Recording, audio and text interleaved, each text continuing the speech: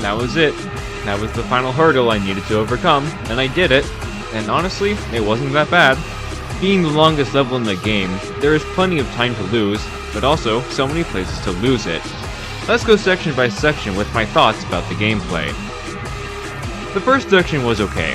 The gameplay is very unique, but that's because this is the first and only level that you boop into crystals. It works as a double-edged sword, where if you hit the crystals instantly, it's much easier to hit the other crystals. But if you miss one, it becomes hard to get back to them, and I found it better to just reset. The time saved isn't that big in the grand scheme of things, but it's definitely a tone setter. The first jail part plays a lot like a chapter 11 level. The first elevate discard is weird in that it's hard to save time. It's also very tempting to go way too fast and miss something, which can be devastating. The rocket is also somewhat hard to aim, and if you miss it, the backup is very awkward and you are better off resetting. Leaving this section under 20 seconds was very good for me. I kept runs that were a little slower though, because the main resetter in the beginning half is the first conga line. I have always struggled with this part, because the crystals constantly move around when you destroy other crystals. My main advice is just to click fast and try to track the pathway as best you can. This section was somewhat slow. My first time was much better. Then we get to the second shell part, which reminds you that there are other cards than the Book of Life in this game. This section is the main reason why I didn't swap buttons. It could save time in the Book of Life sections, but I couldn't remember what buttons did what for the other cards. The ringer boost varied a lot in how many I got, but I didn't really care how much I got. The ending rockets are deceptive in how much time you can save in them, as getting everything quickly means the hand spawns sooner. After that is the second conga.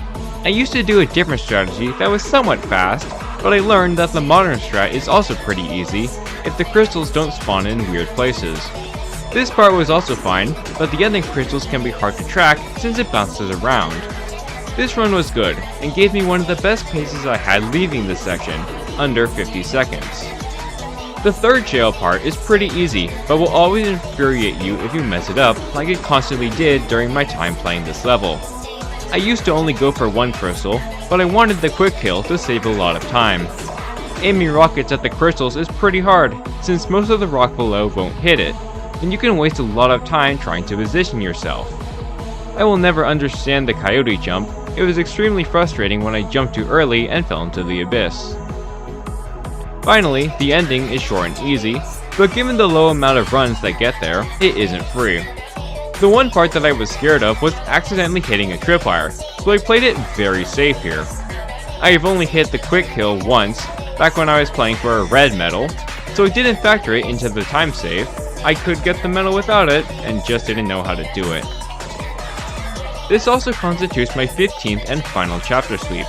With Sacrifice gone through a major reroute, the chapter is significantly easier to sweep, easier than it was with only 2 levels. Absolution is pretty hard, but is far from being the worst or most frustrating Book of Life level, which speaking of, you do need some proficiency with the card to get the Amethysts. Overall, the Absolution grind was okay, and given the nature of the levels that came before it, it was probably the best thing that I could have hoped for. Do I recommend this level? Not really. Long time can give some people trouble. But I stuck to it, and I'm really glad that I did.